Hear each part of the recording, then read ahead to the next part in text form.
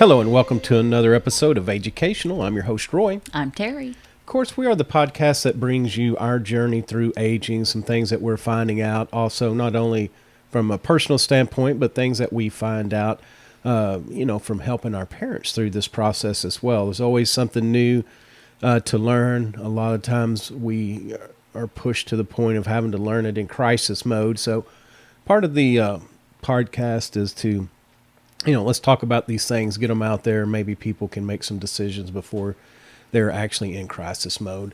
We also have guests on from time to time. Today's no different. Terry, I'm going to let you introduce her today. Dr. Henriette Javorek Runte, a.k.a. Dr. J, is a Hungarian-American academic with a Ph.D. in literature. Dr. J was born in Transylvania but grew up in Texas. She has worked at universities in France, Germany, and in the United States, and has been heading modern languages at the University of Hamburg since 2008. She is the founder of Éditions Quadylle and publishes under several pseudonyms, including Anna Molnar, Nira Nabro, and Henry Hills, and Renée Kerovaj.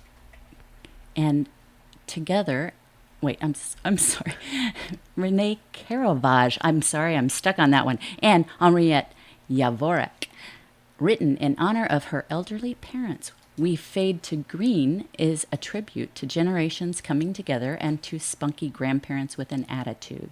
For more information, please visit the website couturum.com or the Instagram page at Quadylle. Dr. J, thank you so much for being here. I'm sorry you had to suffer through my pronunciation. You did really well with all those names. Oh. They're not easy to pronounce. I mean, Well, just for our audience's comfort, we will put all that in the show notes as well, so you don't have to try to figure that out off of Terry's pronunciation. Y'all can figure it out. Y'all. Well, I was so happy to have you today. I've been excited to talk to you about We Fade to Green and just your experience, your personal experience. Let's start at the beginning. I mean, how did you come to where you are today and writing the book? What led up to that? Well, you mentioned a lot of interesting things in your introduction about your podcast and what it's all about, and I really support you in that. I think it's so important to share our experiences, and not just our experiences through whatever adulthood, midlife, or middle age, but also about growing older and the elderly. And I think that there is a lot to be shared and a lot to be talked about as well. And you asked me about sort of my background and what brought me to where I am here and now. Well, one of the things that brought me to this and to my books and to my podcast, etc., is the fact that I'm an only child, right? So I'm the only child of immigrant parents. So that I think has always been something that's been very important in my life. It is quite a unique experience, right, to be the only child. And it is, of course, very important what happens now. So my parents are getting older, and how do I continue being their only child, and how do I continue supporting them? So that is, I guess, one of the things that's really special about only children, and the fact that all the pressure then is on them to take care of their parents or to care for their parents. So for me, I grew up in Transylvania, which is part of Romania. It used to be, there's all sorts of historical details about Transylvania, but it used to be part of Hungary. Then it was connected to Romania, etc. When my parents were born, it was at that time Hungary. But by the time I was born, it was already Romania. My father was the National Olympic weightlifting coach to Romania. Oh, wow. He had political problems, partly due to being Hungarian, partly due to some of his political views about Transylvanian independence, other issues as well. And he felt the need to leave the country because he felt he was in danger. So he defected in 1982, and my mother and I were left in Romania, and finally were allowed to join him in the US. So he defected to Germany and then applied for political asylum in the US. And once he was accepted in the US, then my mother and I were allowed to ask to reunify the family. So 2.5 years later, in 1984, at the end of 1984, we joined him in Texas, in Bryan College Station. He was Yay. Oh, wow. he was the strength coach for the Texas Aggies. He was. I was going to Oh, say, did you nice. become an Aggie? I became an Aggie through and through. I loved it. I loved the college spirit and the campus, and it was magnificent. And it was great to grow up in Bryan College Station. It was such a nice small town, and at the same time, sort of cradled between Dallas and Houston. So the big city flair as well. So then my parents moved to Kansas, and I went to high school in Kansas, and went to KU afterwards. Ended up then studying in France, all over the place. And as fate will have it, I married a German man, so I ended up in Germany. So I'll fast forward a little bit. Wow. And so now here I am in Hamburg, Germany, with 3 children and a husband, and my everything is here, my house, my career, everything.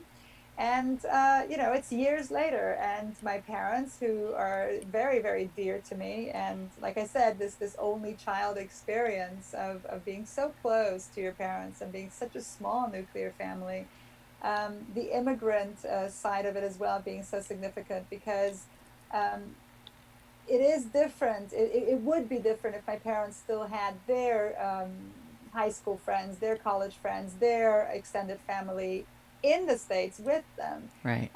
But it's different. I'm an only child, and they're my only actual connection. They of course have friends, and they're completely integrated back home in Kansas, but they don't have these roots, right? So now the family is divided, and has been for a while, but it wasn't such an issue when everybody could travel easily.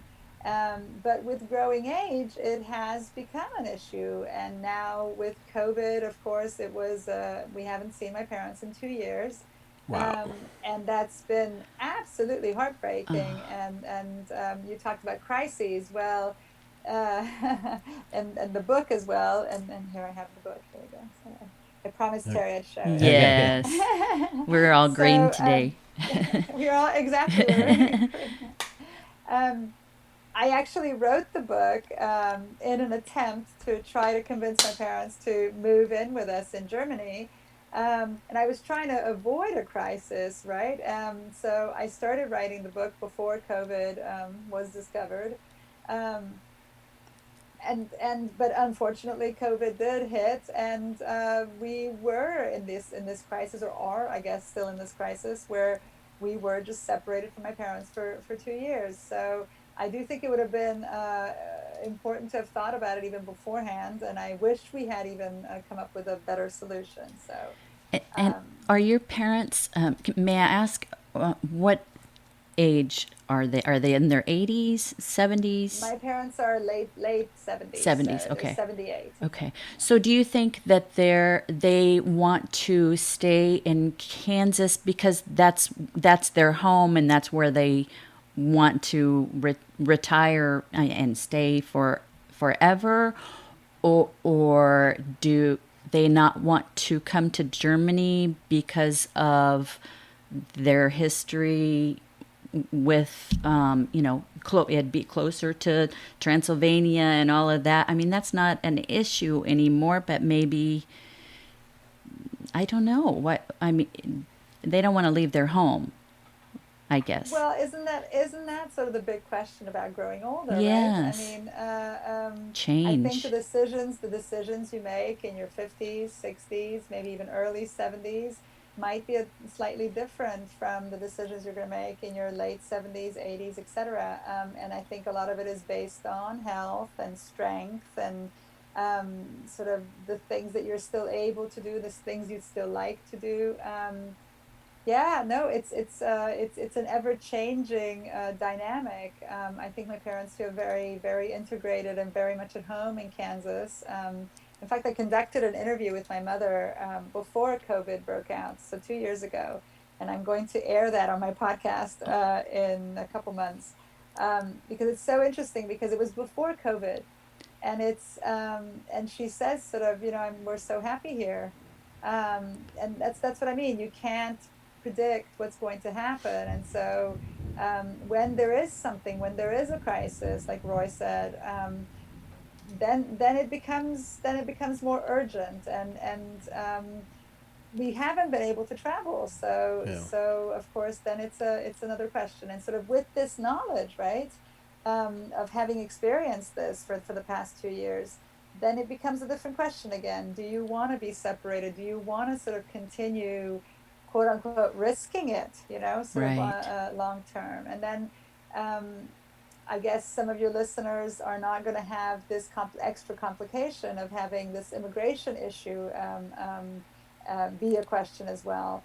But right, so I think the moving closer together as a family, as a nuclear family, is easier. For my parents to move here, and I hope I hope they will. I think it'd be really nice. Um, but they don't speak German, and that's of course a consideration. So, Yeah. and if they move to Hungary, then it's still an hour and a half flight away. Um, so it's not that easy either. Yeah. But that's one of the things that I tried to do with the book. For those who are considering, I mean, I'm a big advocate of three generations living together. I really think that's where life makes sense, you know, Yeah. sort of where the grandparents and the parents and the grandkids, they're living together, enriching each other's lives, helping each other. When I speak about moving together with my parents, it's not just that I want to help them. I think they would be Yeah. immensely helpful to us. And it's not always just, it's not always these technical things or these specific things. It's not only about cleaning, cooking, making money, or doing homework with the kids. It's the emotional support. It's listening. It's being there. So it just goes way beyond that. And that's one of the things that the book really tries to show is that right in the book, I tried to kind of twist the situation around because I wanted to be free and I didn't want it to be completely autobiographical. Right. So I Tricky. I have the daughter living in the U.S. with her three kids and her husband, and the grandparents living in Transylvania still. So I just Okay. kind of Yeah. Okay. turned it around, and so the parents are supposed to be 80 years old or so, and they can't they just can't get along by themselves anymore. So they decide to move to the U.S. to live with their daughter, and and it was important for me to talk about language issues, cultural issues, generational issues, and so they face all this in a, still in a humorous way, because the audience or the reader is allowed to be removed from it. It's a bit of a fairy tale. It's still kind of, the characters are somewhat exaggerated, and so it's not as dramatic as it would be in quote unquote real life.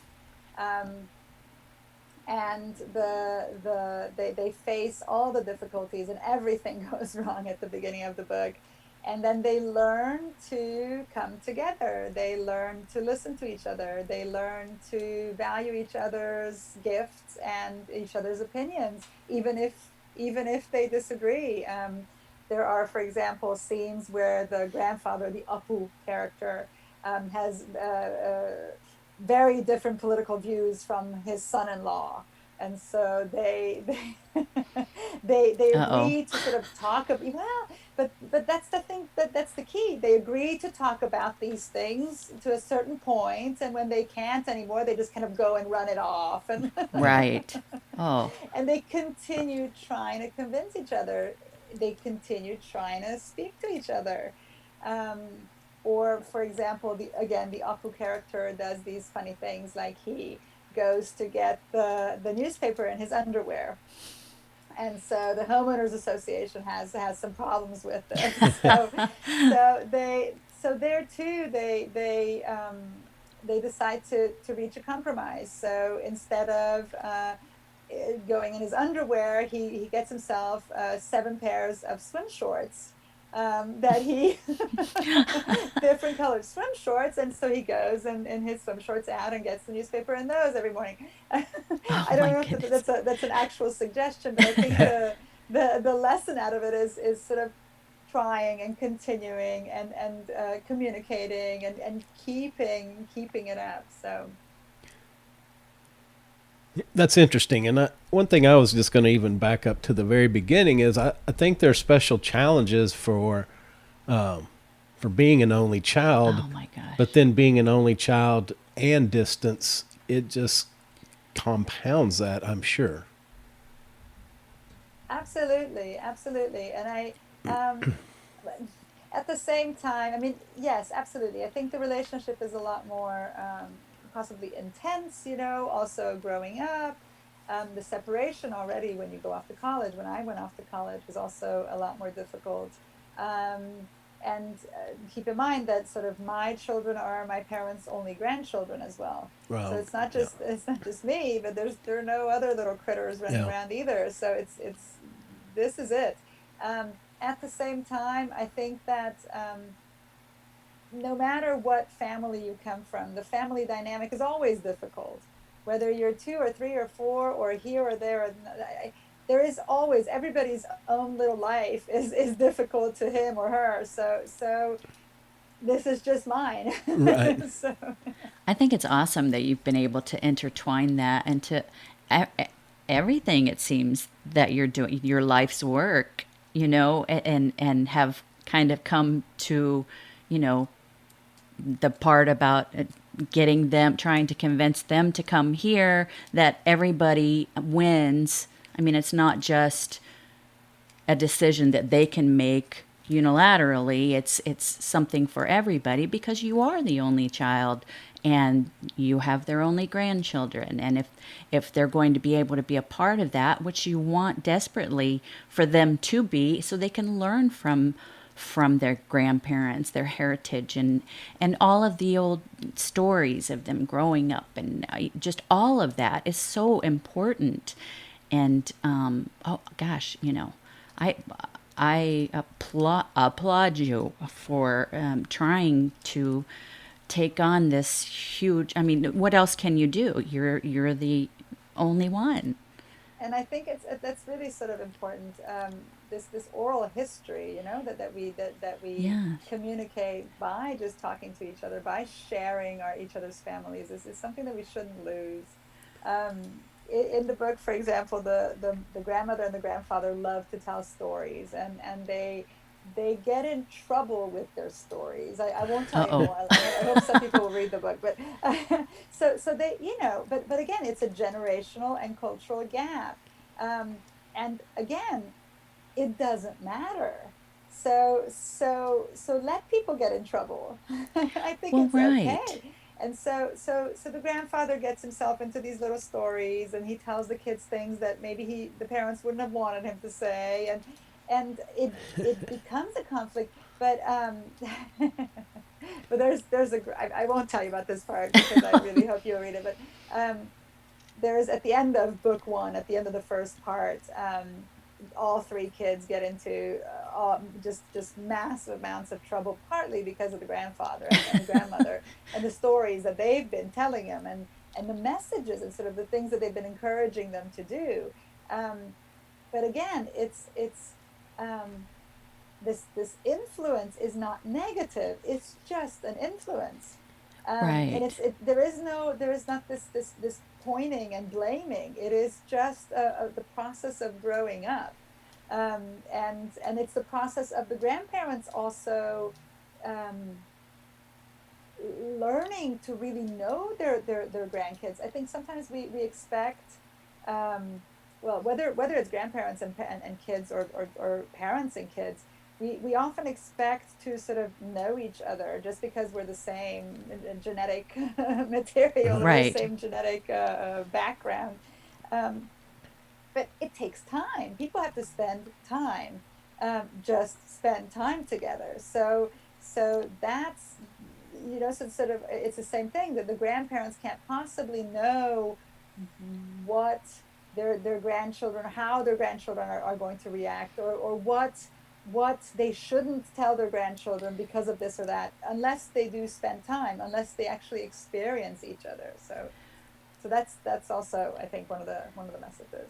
Yeah, and well, and with my, I mean, with my, I have three siblings, and it's funny how I didn't realize that I was doing it, as far as I wasn't really setting any rules for my parents to not share certain things. I mean, I want them to share everything they can with my kids, so my kids knew who they were and where they came from, and all their stories. I mean, there's, you know, older people tell the best, they're the best education that we have. There's just no ifs, ands, or buts about it. You can just learn so much from them.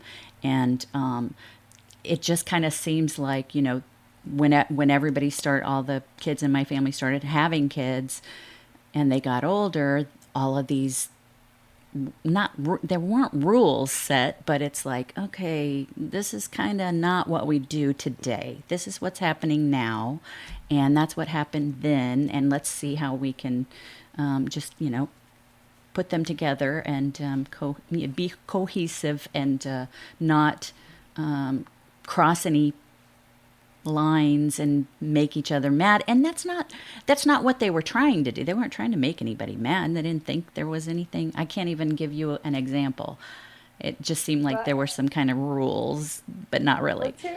two examples from We Fade to Green are the cursing Uh-huh. and spanking. Oh, yes. Okay. So, for example, the Apu character loves to curse, and he's just has a potty mouth in English and in Hungarian. He's just going around cursing around, and of course, the father character does not appreciate this and doesn't want the children to repeat any of these words, and the kids are shocked and at the same time excited. And so this is also something where they reach a compromise where he's going to be allowed to curse in Hungarian but not in English. Okay. Well, and then they learn the language that way. That's kind of how I did it when I was little. My dad was in the service, and we were in Germany and Belgium. So, that's what I was a little kid, up till 12, and that's what I remember, all the curse words. Isn't that Well, there you terrible? go. There you So I go. can speak all those And languages. see, well, I mean, but you learn the pronunciation with them. Yes. Whatever it takes. Right. Oh my And gosh. the issue of spanking, for example, I think that's also something that cultures disagree on, and generations definitely disagree on.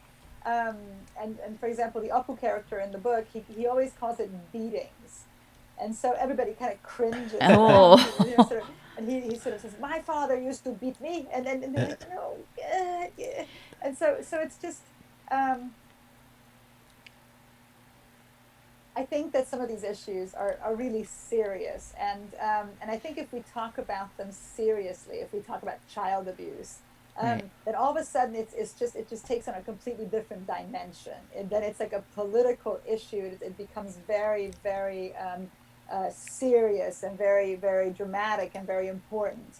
And in the book, it's still this little fairy tale, this little alternate universe, of these Transylvanian grandparents, and so you can talk about some of these issues with a lot more lightheartedly, Right. and sort of, it becomes very clear that sort of what the grandfather means is sort of like a little tap on the butt, and not in any way or shape or form any beating or anything Right, like right. that. And uh, um, and this kind of being discussed in the book as well, sort of what is meant by that, and what is important, and so I think that's also something that's I think sometimes we shy away from speaking about these things because Yes. it's very difficult to speak about it. So. Yeah. So how long have you been separated, or how? I guess how long has this dialogue been going on? Because what I'm wondering about is the change over time, because I can just imagine how the conversation goes is when your parents were younger, maybe in their 50s or 60s. Yeah, we're gonna retire and get around to, yeah, we'll come over. And then, as you grow older, it's like those things that you thought you might want to do, you become where it's like, not really going to do that. I'm just wondering, did that dynamic change for y'all, over the last 10 years or so? Well, sure. I mean, like I said, it's we used to be able to travel a lot more. Right, So it was easier for my parents to come once or twice a year, and for us to go back, and so, or for us to meet somewhere. So they were a lot more mobile in that sense. I mean, Yeah. like I said, the biggest thing that happened was COVID. That everything was just shut down. So. Well, maybe I can So- rephrase that. Maybe prior to COVID, uh, did you want them to still? Was the thought that they would come move over there even before COVID? And then I just wondered, with them aging, did that play a part in maybe them becoming more resistance as they went through time? Yeah. I'm just thinking about me. It's like, okay, next somebody says, let's go out to eat next Friday. And today is Saturday or Sunday. And you're like, yeah, that really sounds good. But then as you go through the week and things pile up and this goes wrong, and then all of a sudden, like Thursday night, you're like, ugh, I just don't think I can go do that. And so I guess I'm kind of wondering, does that, were your parents, was there even talk about them moving? Maybe that's where we should start. Was there even talk about them moving to be closer to y'all, pre-pandemic, like 5 or 10 years ago? It's always been discussed. Okay. So the idea of us living together was always the plan, has always been the plan. Okay. So when we bought our house as well, that was a huge consideration. So there's a whole little wing that's basically theirs. Oh, cool. A So, grandparent wing. That's their little wing, so they can move in any time again. Yeah. Well, if they're listening, they can move in any day. I was gonna say maybe We'll we should come. think about surrogate grandparents until they get ready. Yeah. So yeah, so but it does change, I mean, it does kind of continue to change. And it's been kind of like an up and down, when the kids were born, then it's like they were going to move over right away, but I have to say that we've done our share of complicating it a little bit too, because we've been over there and we've been back, so it's kind of difficult to know. Okay. But absolutely, for me, I think I really hope that just like in the book, there is utopia is possible. I think our own little utopia, our own version of utopia, and that's what's sort of depicted at the end of the book. The family does come together. In fact, the whole community comes together.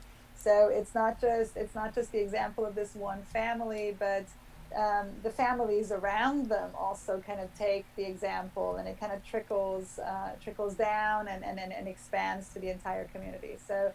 So I think that is something that we are quite capable of doing. I think we are capable of speaking to each other and continuing to try to reach each other across generations, across cultures, across ages, across countries. So yeah, have your parents, have they been healthy so far? I mean, pretty healthy up till now? They're healthy. They can they manage on their own, sure. So doing it now would be much better than waiting until some kind of crisis happened. I mean, yes. I don't know. I mean, who knows? Yes, sure. I would think so, yes. But again, I'm thinking of friends of ours where the grandparents moved in with them much later once they had absolutely no other choice.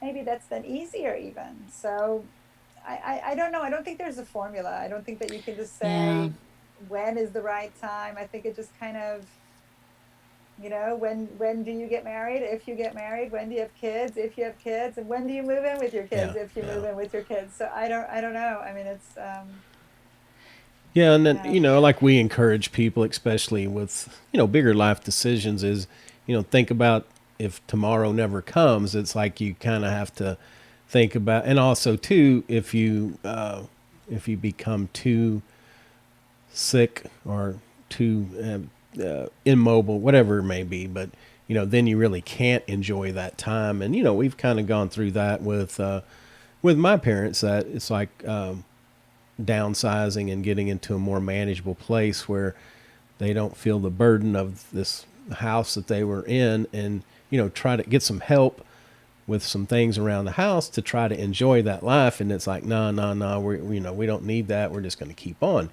But the problem is, and I've done some work in that senior space, is that you get to a while where you think you're going to do it tomorrow, and then all of a sudden something happens, and then you don't ever get to enjoy that. So I just always encourage people to really think about that we're never promised tomorrow. So if there's something like that we really want to do, it's always, what is it now? There's never a better time than now sometimes. Yeah, now or never.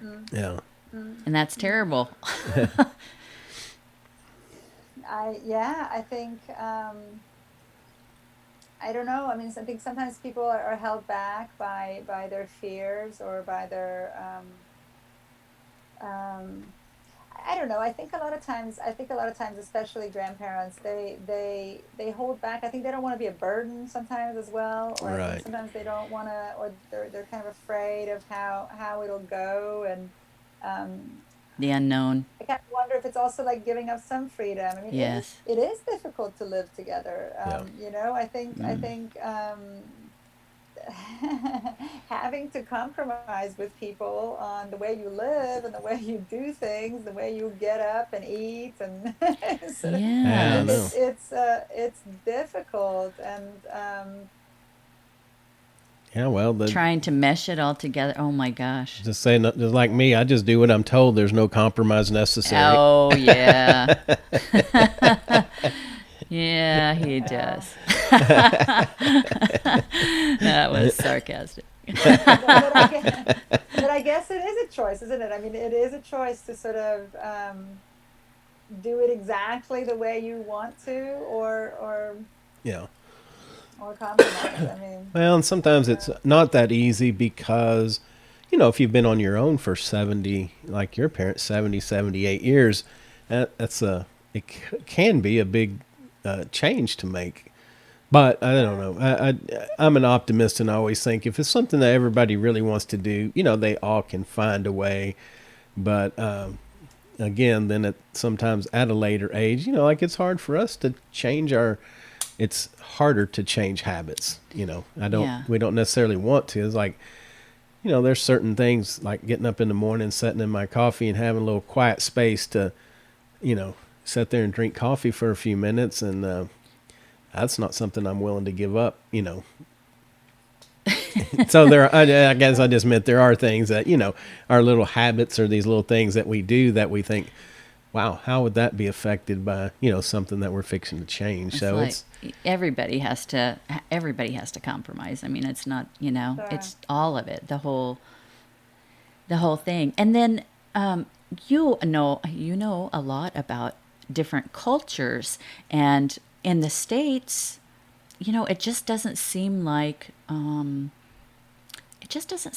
we not that we disrespect our elders, but it seems like they go to homes. Just they get older, they just go to homes. They don't move in necessarily with family members, or if they do, they're kind of moved around.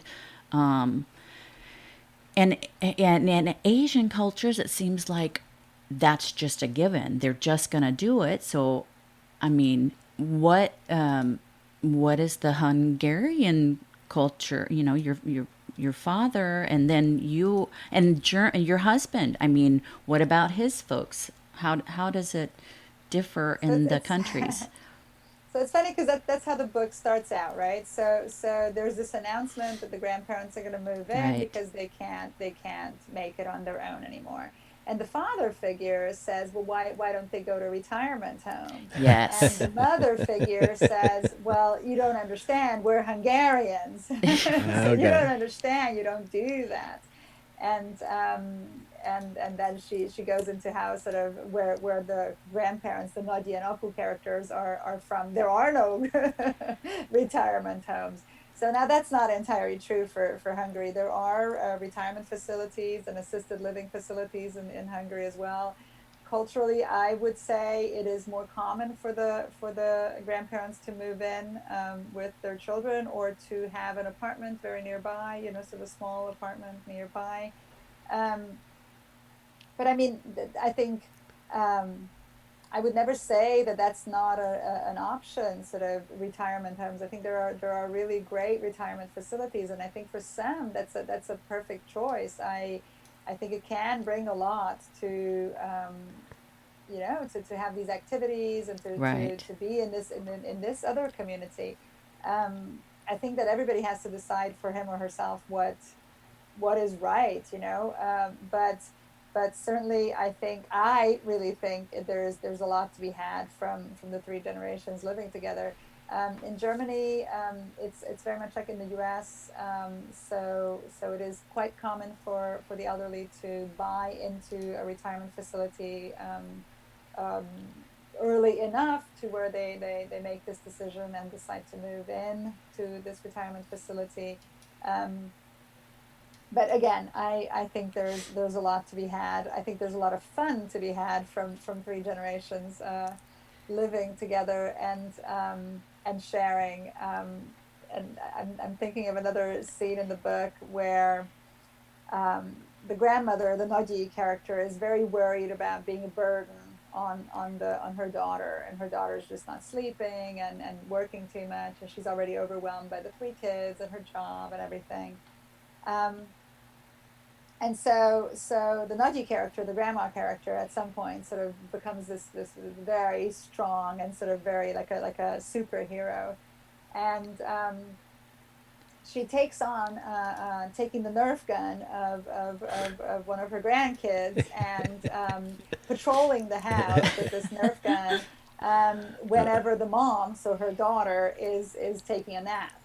And so she Oh. just sort of doesn't let anybody make any noise or anybody come near the bedroom where her daughter, so the mom, is napping.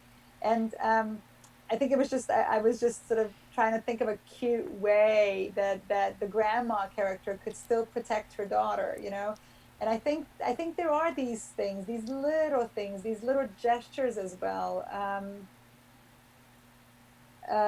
The love we get from each Yes. other, the support we get from each other, it goes beyond, just like I said, goes beyond the cooking and the cleaning and the money and the whatever.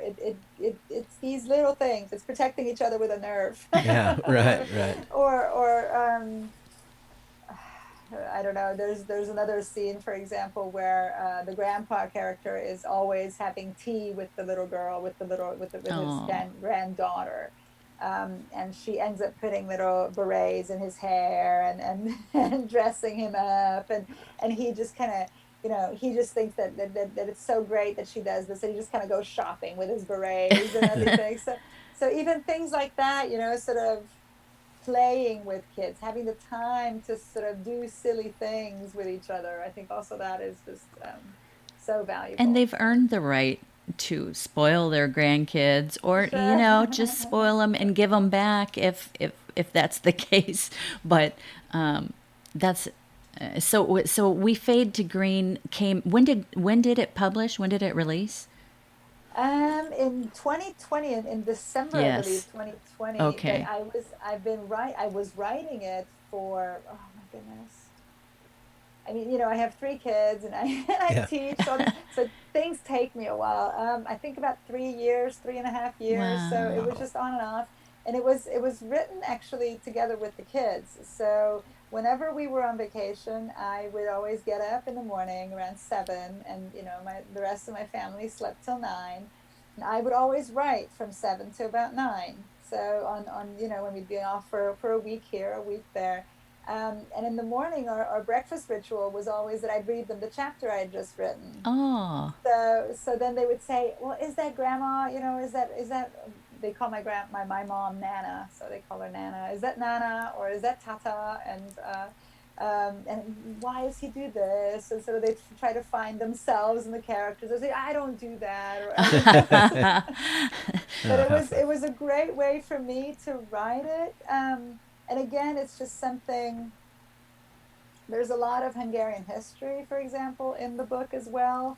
Um, Things that I've learned from my parents, things that my parents have tried to teach my kids, but not, you know, not everything's come through. So it's also, this book was um, it was a way to bring the 3 generations together again, and I didn't want to write it completely just by myself. So you know, the kids were involved, my husband was involved. It was kind of a back and forth. My parents did not see it until it was finished. I didn't want them to that's see what it I at once. wanted to ask. Have they read it, and what have So their notes been to you?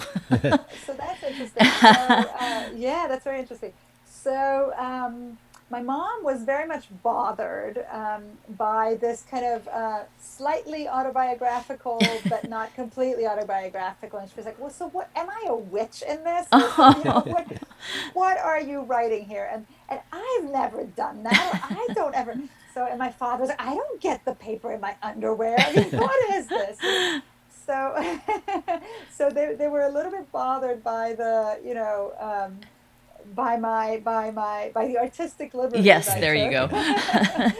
with the characters. And so, for the record, for their friends or whoever's reading these books, this is not my parents. They're not.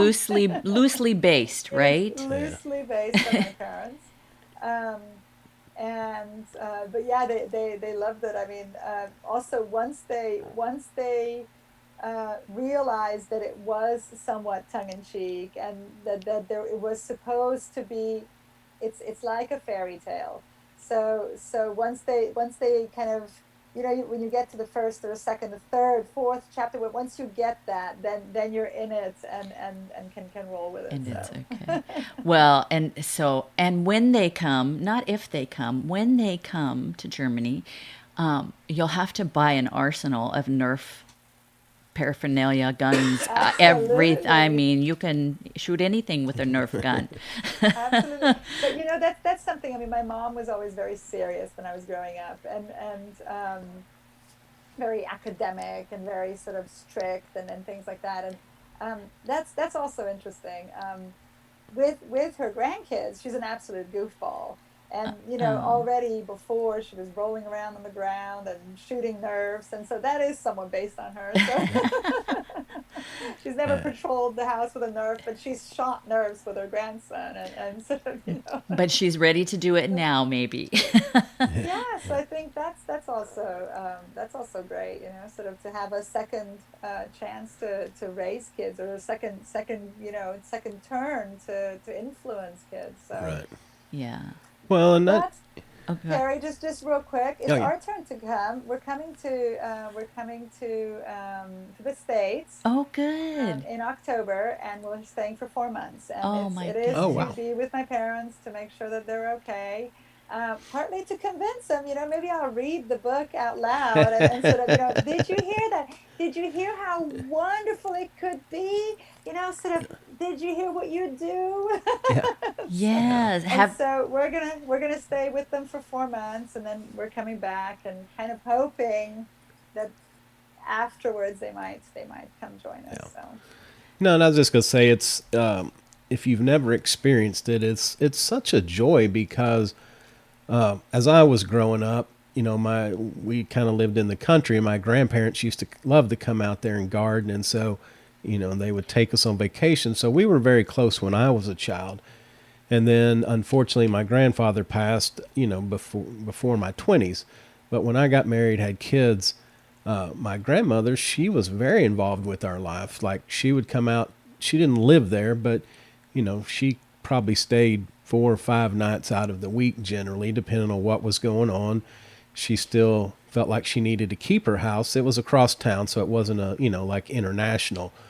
But having my kids grow up with her, it was priceless. It was just priceless, and she spoiled them. And that was, I think that was the only, probably the only, not tense, but the only part where we had to have a conversation every now and then is like, she'd be like, "Oh, you're being too hard on them, and you need to let." Like, okay, but they've got to have. You can be the great grandma and do whatever, but we still have to get homework done and follow the rules. But it was unbelievable, really.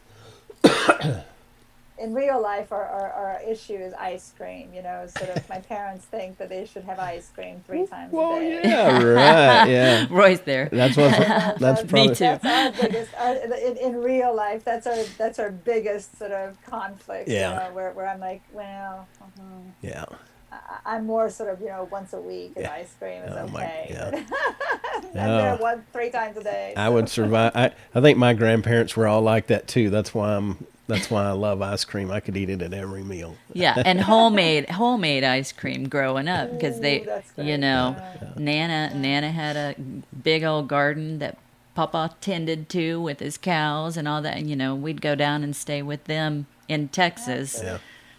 I mean, one of the things we're looking forward to going to my parents' house is they have a big vegetable garden. They do. Yeah, and so we're looking forward to, pulling out the onions and picking the fruits, and they've peppers and everything. I mean, it's really, they have a huge vegetable garden. So, Yeah, and it's, the value, I think, is history. My kids got to learn it firsthand. They could ask questions. They got to know how she grew up. I mean, it's interesting. We're not that far removed that, she grew up in a little bitty brick town not far from here that, they had dirt floors. And, for my kids to really understand where she came from. And then when we cleaned out her garage, she had glass jars and pie tins that were, kind of thin coming through the World War II.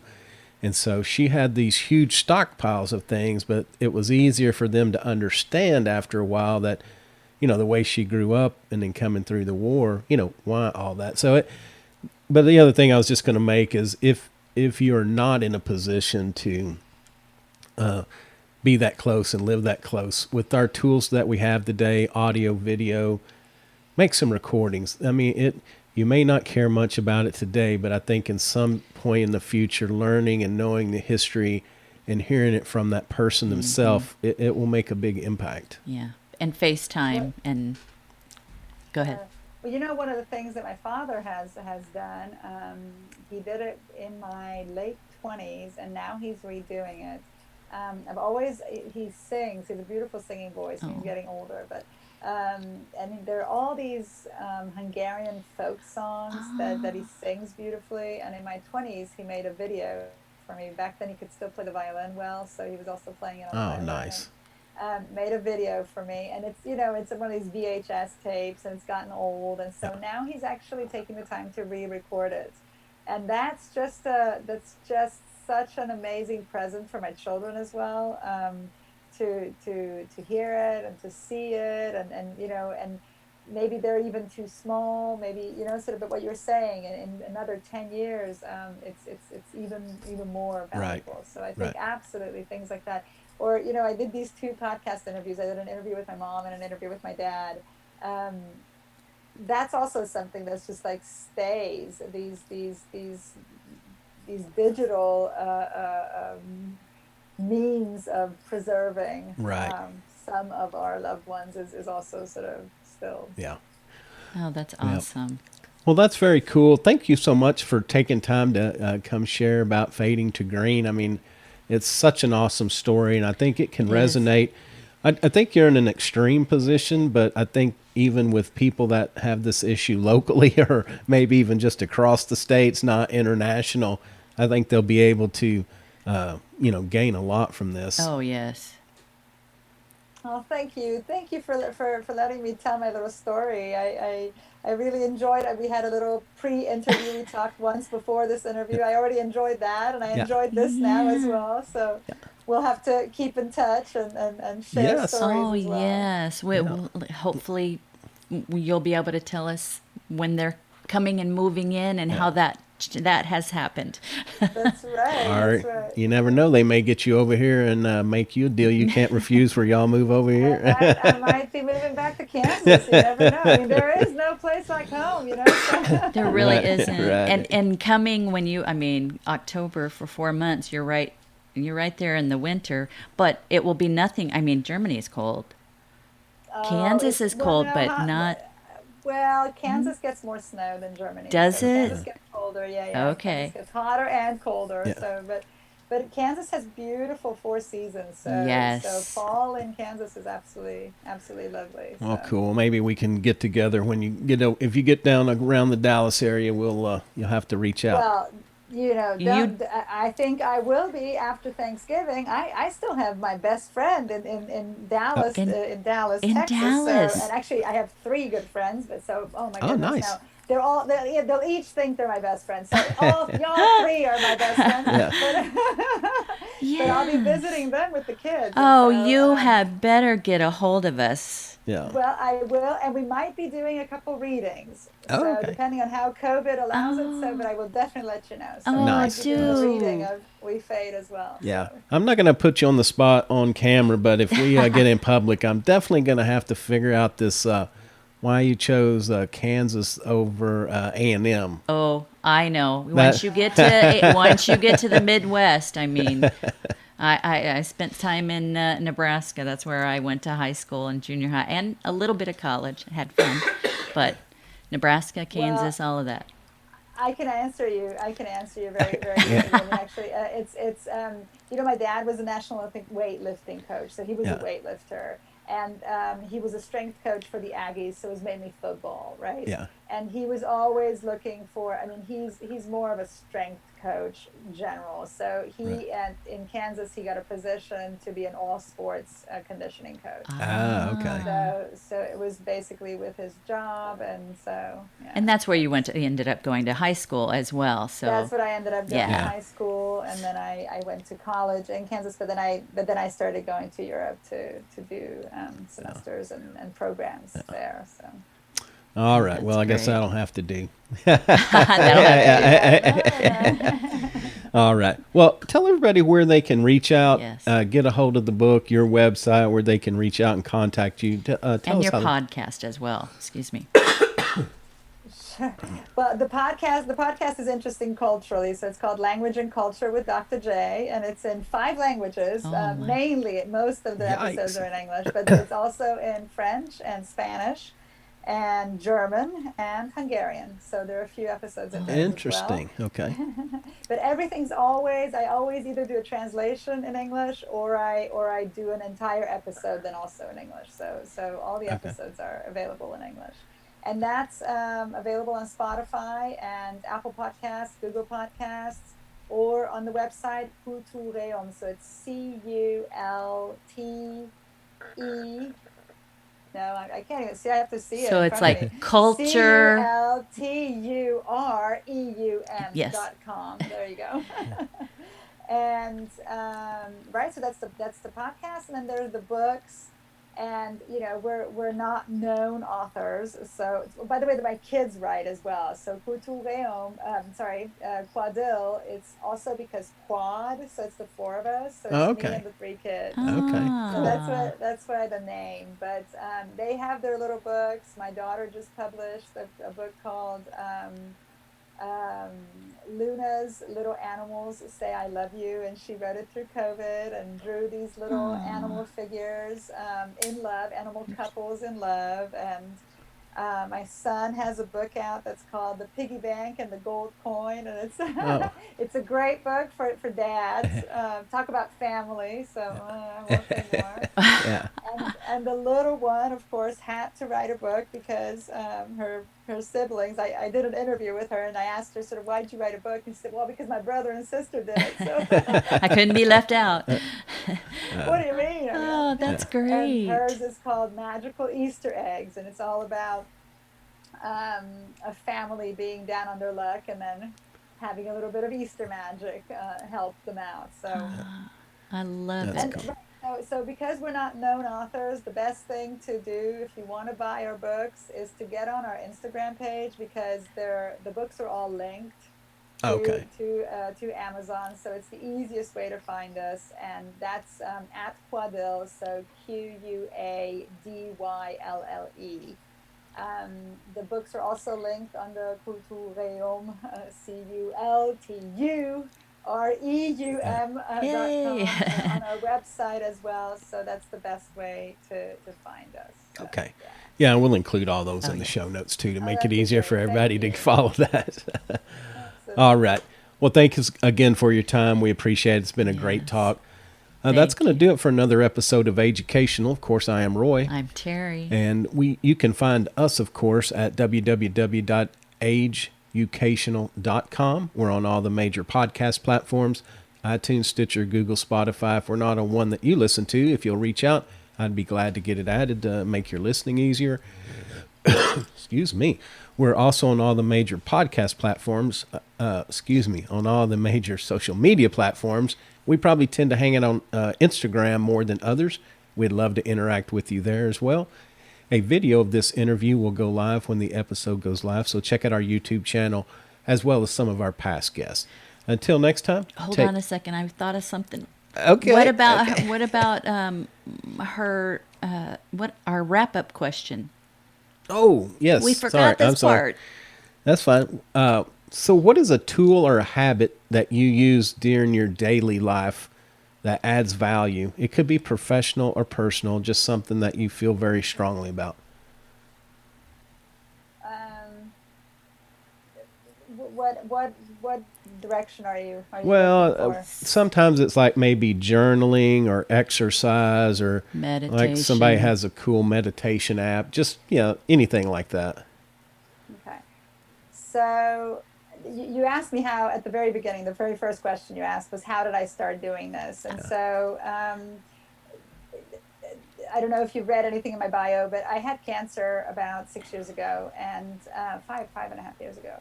And I lost my voice in the process of treatments and et cetera.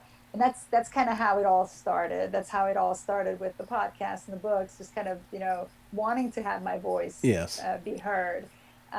And with that, one of the things that I learned to do was, and I think that's also really important. I was kind of divided, I was always divided: my job, my kids, my husband, my parents, the house. We had a dog then as well, and just kind of learning to take a little bit of time for myself and allowing myself to have some of that attention, Yeah. be it for my podcast or for my books. And in order to get that energy, one of the things that I'm really big on is exercise. Okay. I really try to exercise every single day. If I know I'm going to have a really, really busy day, I actually try to do 10 minutes before my day starts, Okay. just to feel like I got my body moving. And then I also try to practice sophrology. I don't know if sophrology is a kind of a meditation, relaxation technique.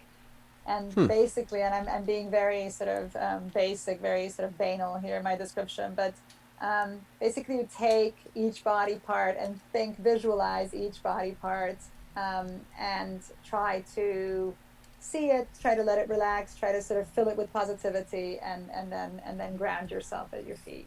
Okay. Oh, Interesting. I'm gonna Have to check that out. Yeah. Yeah, sophrology. It's a Dr. Caicedo who started it, and it kind of combines a lot of different techniques. Oh, Okay. that's And it just awesome. kind of works for me. Okay. We'll Oh, check that thank out. you. Yeah, we're always looking for other things to, kind of help us wind down and relax. So that sounds great. All right. Well, thanks a lot. We appreciate it Yes. again, and I guess we've done the wrap up. So Yeah, we'll just sorry. say we'll just say our goodbyes, and we look forward to seeing you later in the year. Yes. Absolutely. Okay. Thank you so much. Thanks. Bye bye. Thank you all for listening too. Yeah. Thank you.